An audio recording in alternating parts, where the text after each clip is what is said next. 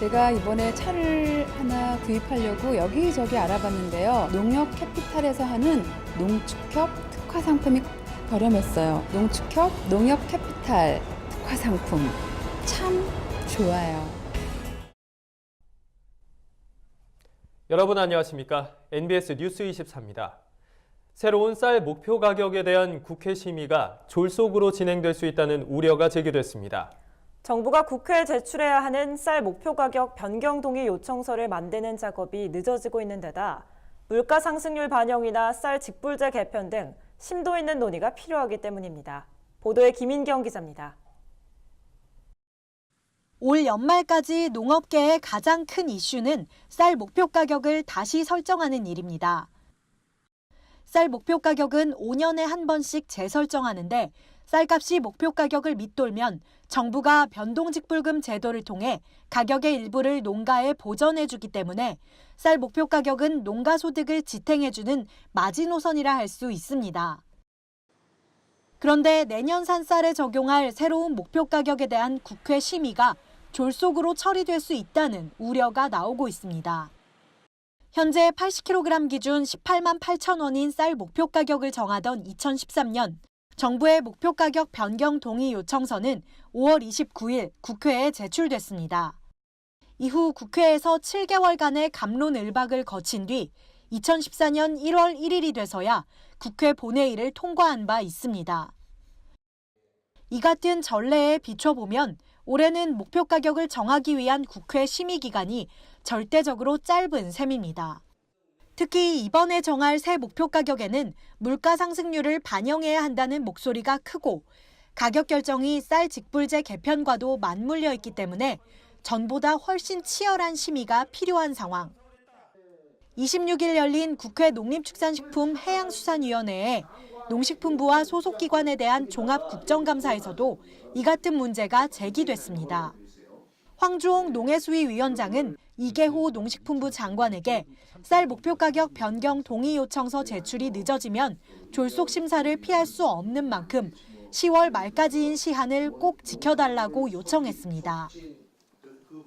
손금주 무소속 의원 또한 변경 동의 요청서를 최대한 빨리 제출해주기 바란다고 농식품부에 촉구했습니다. 농식품부는 쌀 목표 가격 변경 동의 요청서를 국회에 제출하기 위한 첫 단계로 지난 22일에서 23일 농가소득안정심의위원회를 열고 26일 차관회의를 개최했습니다. 이어서 30일 국무회의를 거쳐 새로운 정부안을 확정하고 국회에 제출할 방침입니다. NBS 뉴스 김인경입니다. 한국과 동남아시아 국가연합 간의 자유무역 협정이 올해로 발효 11주년을 맞이했는데요. 국내 시장에서의 아세안 농축산물의 입지가 점차 넓어지고 있습니다. 지난해 중국을 제치고 미국에 이어 우리나라의 두 번째 농축산물 수입 상대국으로 올라서는 등 해마다 수입량이 급증하고 있습니다. 어떤 이유 때문인지 또 우리 농가들은 어떻게 대응해야 하는지 김아영 기자가 알아봤습니다. 한국농촌경제연구원에 따르면 올 상반기 아세안산 농축산물 수입액이 27억 1천만 달러, 우리 돈으로 약 4조 원에 달하는 것으로 나타났습니다. 이는 지난해 같은 기간보다 22.6%나 급증한 것으로 미국과 중국, 유럽연합과 같은 다른 FTA 체결국 가운데 가장 많이 증가한 수치입니다. 특히 가장 많이 수입량이 늘어난 품목은 닭고기로 지난해 상반기엔 906톤이었지만 1년 만에 1,320톤으로 2배 가까이 늘었습니다. 2004년 동남아 지역의 조류 인플루엔자 발생 이후 태국산 닭고기 등의 국내 반입이 금지됐다가 2016년부터 태국산 닭고기 수입이 재개되면서 수입이 점차 늘고 있습니다. 당근도 수입 증가세가 두드러지는 품목 중 하나로 한아세안 FTA 발효 전인 2007년 이전에는 수입 실적이 거의 없다가 2010년 관세가 철폐되면서부터 본격적으로 수입 증가세를 보이고 있습니다. 실제로 당근 수입량은 지난해 상반기 4,732톤에서 4.5% 늘어나 올 상반기 4,944톤을 기록했습니다. 아세안 측에서 최근 들어서 이 농수산식품에 대한 수입을 확대해달라는 요구가 많이 늘고 있습니다. 농민들 분들이 좀 어떻게 보면 위협을 받을 수도 있다라는 생각이 드는데요. 우리가 농수산식품 가공 분야에 있어서는 대외적인 경쟁력을 가지고 있다라는 생각이 들거든요. 그래서 아세안에서 가져오는 값싼 원료들을 가공해서 다시 제3국으로 수출할 수도 있는 거고요. 동남아 지역은 지리적으로 가깝고 상호 경합하는 품목이 상대적으로 적어 앞으로 농축산물 교역 규모가 더 확대될 가능성이 높을 것으로 예상됩니다. MBS 뉴스 김아영입니다. 건초와 짚 같은 조사료의 외국산 물량이 현재 바닥을 보이면서 국내 조사료 수급에 비상이 걸렸습니다. 정부가 그동안 유보했던 수입 조사료의 쿼터량을 풀었음에도 불구하고 축산 농가들은 연말까지 조사료를 확보하는데 적지 않은 어려움을 겪을 전망입니다. 오주석 기자입니다. 축산업계에 따르면 지난해 볏짚 수거량이 늘어나면서 올 초까지만 해도 조사료 수급은 비교적 순조로웠습니다. 특히 정부가 논 1만 5천 헥타르를 대상으로 벼 대신 조사료를 재배하는 생산조정제를 추진한다는 계획을 내놓으면서 조사료 수급 전망은 한층 밝아졌습니다. 생산조정제로 20만 톤의 조사료를 추가로 확보할 수 있을 것이란 판단에서였습니다. 하지만 생산조정제 재배 면적이 당초 목표에 크게 모자라는 1만 2천 헥타르에 그치면서 조사료 생산 계획이 차질을 빚기 시작했습니다. 설상가상으로 이상기후로 인한 여름철 조사료 수확량마저 예년보다 20% 이상 급감해 지난해보다 13만 4천 톤이 감소한 50톤에 그치면서 조사료 수급에 빨간불이 켜졌습니다.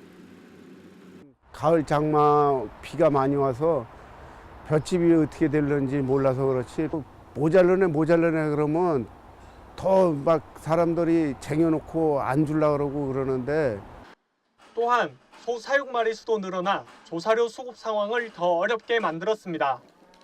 통계청에 따르면 올 9월 1일 기준 소 사육 마리수는 354만 1000마리로 1년 전보다 1만 마리나 늘었습니다. 이렇다 보니 연말까지 볏짚을 제외한 조사료 공급량은 전체 소유량보다 약 25만 톤 이상 부족할 것이란 전망이 나오고 있습니다. 더욱이 볏짚 수거량도 지난해보다 감소한 것으로 나타나면서 올 겨울철과 내년 상반기 중 조사료 수급 상황이 더 악화되는 것이 아니냐는 우려마저 나오고 있습니다. 국내산 조사료가 전체적인 그 수급이 계절마다 있기 때문에 힘든 상태고 또 작황에 따라 또 국내는 가격 변동이 있고 수입 조사료는 가격 변동이 거의 심하지 않죠. 이렇듯 조사료 수급 상황이 좋지 않자 농식품부는 긴급 대책회의를 열어 올해 수입 조사료 쿼터량 약 90만 톤 가운데 유보했던 20%마저 풀기로 했지만 당장 조사료 수급의 어려움을 해소하기는 쉽지 않을 것으로 보입니다. 미중 무역이 길어지면서 조사료를 운반할 컨테이너와 배를 잡기 어려워 미국산 조사료를 수입하기 여의치 않은 상황이기 때문입니다. 이와 관련해 전문가들은 생산조정제로 생산된 사료용 벼는 사료 가치가 뛰어나다면서 지역별로 조금씩 남은 조사료를 적극 활용해 당장의 공급난을 극복해 나가야 된다고 주문하고 있습니다. MBS 뉴스 오주석입니다. 유기농 식품을 많이 먹는 사람들은 그렇지 않은 사람들에 비해 암에 걸릴 가능성이 더 낮을 수 있다는 연구 결과가 나왔습니다. 프랑스 연구팀이 유기농 식품 섭취 빈도와 암 발병 사례를 관찰 연구한 내용입니다. 최다혜 기자가 보도합니다. 프랑스 연구팀이 자국 성인 남녀 약 7만 명을 관찰 연구한 결과 유기농 식품이 암 발병을 낮출 수 있다는 결론을 얻었다고 미국 의학협회 내 과학회지에 발표했습니다.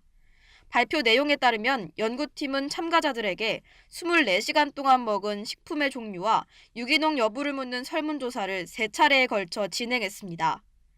이후 참가자들을 대상으로 유기농 식품을 전혀 섭취하지 않으면 0점을, 유기농 식품을 가장 많이 섭취하면 32점을 부여했습니다.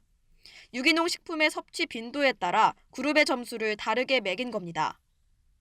또한 연구팀은 설문조사 후 모든 참가자를 평균 4년 6개월 동안 추적 관찰했고 그중 1,340건의 암 발병 사례를 확인했습니다.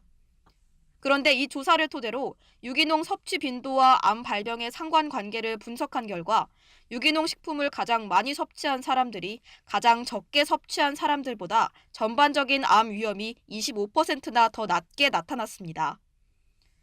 하지만 이번 연구는 어디까지나 관찰 연구로 유기농 식품이 암 발병률을 어떻게 낮추는지 인과관계를 설명하지 못했다는 지적이 나옵니다. 연구를 주도한 프랑스 연구팀의 줄리아 보드리 박사는 이번 관찰 연구가 유기농 식품의 섭취가 암을 덜 유발하는 것을 입증할 수는 없지만 유기농 식품의 섭취가 암 위험 감소에 기여할 수 있음을 분명히 시사하고 있다며 강조했습니다. MBS 뉴스 최다희입니다. 농번기를 맞아 일용직 근로자를 고용해 부족한 일손 채우시는 분들 많으실 텐데요. 수확을 하다가 갑작스럽게 사고라도 난다면 큰일이겠죠. 이렇게 농작업 근로자가 다쳤을 경우 치료비와 입원비를 지원해주는 농작업 근로자 안전보험이 큰 힘이 되고 있다고 합니다. 자세한 내용 신건 기자가 알아봤습니다. 수확기에는 농촌의 작업량이 많아지면서 농기계와 농기구에 부상을 입는 경우가 많습니다. 질병관리본부에 따르면 농작업 사고 직후 절반 가까이가 한 달 이상 농사일을 쉴 만큼 큰 상해를 입는 경우가 많은 것으로 나타났습니다. 사과 농사를 짓는 손병희 씨도 지난해 어머니가 사다리에서 떨어져 병원에 입원했지만 농작업 근로자 NH 안전보험으로 큰 지출을 막을 수 있었습니다. 사과밭에 일하다가 넘어져갖고 골절이 돼갖고 보험 청구했는 병원비가 그때 한 200만 원 넘게 나왔는데 그게 다 나오더라고요. 농작업 근로자 안전보험은 농장주가 고용한 일용 근로자가 농작업 중 안전사고를 당했을 때 피해를 보상해줘 농민들의 고충을 덜어주고 있습니다. 하루에서 최장 89일까지 보장받을 수 있으며 만 20에서 87세 일용 근로자와 외국인 등록증이 있는 외국인 근로자 등도 가입할 수 있습니다. 피보험자의 상해, 질병치료와 영구 장애에 대해 보장해주고 있으며 사망 시엔 유족급여금과 장례비를 지원받을 수 있습니다. 또 정부 지원을 받으면 피보험자 1인당 최소 900원에서 최대 3800원만 부담하면 됩니다. 영농철에 일시 고용되는 단기 영농 인력 중 상당수는 숙련도가 낮아 농작업 중 재해 및 질병의 위험으로부터 보장이 필요하다. 농작업 근로자 안전보험에 대한 관심도 매년 꾸준히 증가하고 있습니다. 지난 2015년 5,736명에 불과했던 가입자는 올해 9월 15,483명까지 늘어나는 등 두드러진 성장세를 보이고 있습니다. 농협생명은 앞으로 더 많은 농민들이 보험에 가입하도록 홍보를 강화할 계획입니다. MBS 뉴스 신건입니다. 안성의 한 농가가 아열대성 작물을 재배하는 농장을 꾸며 체험장으로 운영하고 있는데요. 최근 신품종까지 개발해 국립종자원에 등록하게 되면서 안성시도 적극적으로 나서서 지원 중입니다. 주하영 기자가 보도합니다. 사람 얼굴 크기만한 이 과일은 왕레몬입니다. 열대 지방에서나 볼 수 있는 이 과일이 온실 속에서 탐스럽게 익어가고 있습니다. 안성시 양성면에 위치한 이 농가에서는 구아바와 파파야, 스타후르츠, 로즈애플 등 열대 유실수 100여 종을 다양한 방법으로 체험할 수 있습니다. 화원 같은 데 놀러 간 느낌이고 근데 거기보다 이제 더 촘촘히 있고 보다 좀 태그 많이 달아놓으니까 이름도 조금 쉽게 구별이 가서 그건 조금 좋은 것 같아요. 키워볼 수 있으면 할 것 같아요. 어때요? 주시면 다 가져갈 거예요. 그 정도로 열심히 나요. 이 농가를 운영하는 황상열 씨는 16년 전 유전자 조작 등 재배 방식이 검증되지 않은 열대 과일을 자녀들에게 먹이기 싫어 취미 삼아 묘목을 심기 시작했습니다. 열대 유실수가 한반도 기후에 적합하다는 것을 느끼면서 황 씨는 체험 농가를 꾸리는 한편 묘목 판매에도 나서고 있습니다. 수입에서 들어오는 과일하고 지금 우리가 따서 먹는 거하고 맛과 향은 천지 차이예요. 이런 게 이제 안 좋은 게 많이 됐다는 얘기죠. 그래서 국내도 이제는 그 온도가 자꾸 변해가니까 국내에서도 충분히 재배가 되고 또 충분히 가능성이 있기 때문에. 황 씨는 열대 유실수의 다양한 보급을 위해 애쓰던 중 바나나 품종으로는 우리나라에선 처음으로 지난해 국립종자원에 손끝 바나나를 등록했습니다. 보통 바나나 나무는 3, 4m로 사람의 손이 닿지 않아 인건비하고 관리비가 많이 드는데요. 이곳에서 개량한 손끝 바나나는 제 손이 닿을 수 있을 정도로 작게 만들어서 언제든지 따먹을 수 있도록 이렇게 개량했습니다. 황 씨는 이 밖에도 로즈애플 등 17개 품목을 한반도 기후에 맞게 개량해 등록할 계획입니다. 안성 씨는 황 씨의 농장이 한반도 기후에 적응하는 작물을 키우는 대규모 농장이 될 것으로 보고 온실 건립을 지원했습니다. 일들이 우리 선도적으로 가는 농업이 아니겠습니까? 그래서 우리 안성시에서는 이런 부분에 대해서 많은 관심을 가지고 우리 선도농업에 대해서 우리 좀 더 많이 이렇게 발전할 수 있도록 지원을 하도록. 황 씨는 열대 유실수가 생산에서 관광까지 있는 6차 산업 발전에도 도움이 될 것으로 기대하고 있습니다. 전국 어디를 가도 이런 품종을 갖고 있는 식물은 없습니다. 그럼 애들이 와서 직접 눈으로 보고 눈으로 만지고 또 여기서 모종도 심어가고 또 비누도 만들어보고 그런 식으로 한다면은 경기권뿐만 이곳 농가는 온실을 개방해 한반도의 기후 변화를 느낄 수 있는 체험 프로그램을 운영할 계획입니다. 티브로드 뉴스 주아영입니다. 농업계의 화제가 된 인물을 소개하는 이슈엔 사람입니다. 30년간 평범한 직장 생활을 하다가 충남 서산으로 내려와 귀농에 성공하고 국내 최초로 딸기 와인 개발에 성공한 사람이 있습니다. 귀농도 하나의 창업이 될 수 있음을 보여주는 그의 딸기 농장에 최서영 기자가 직접 찾아가 봤습니다.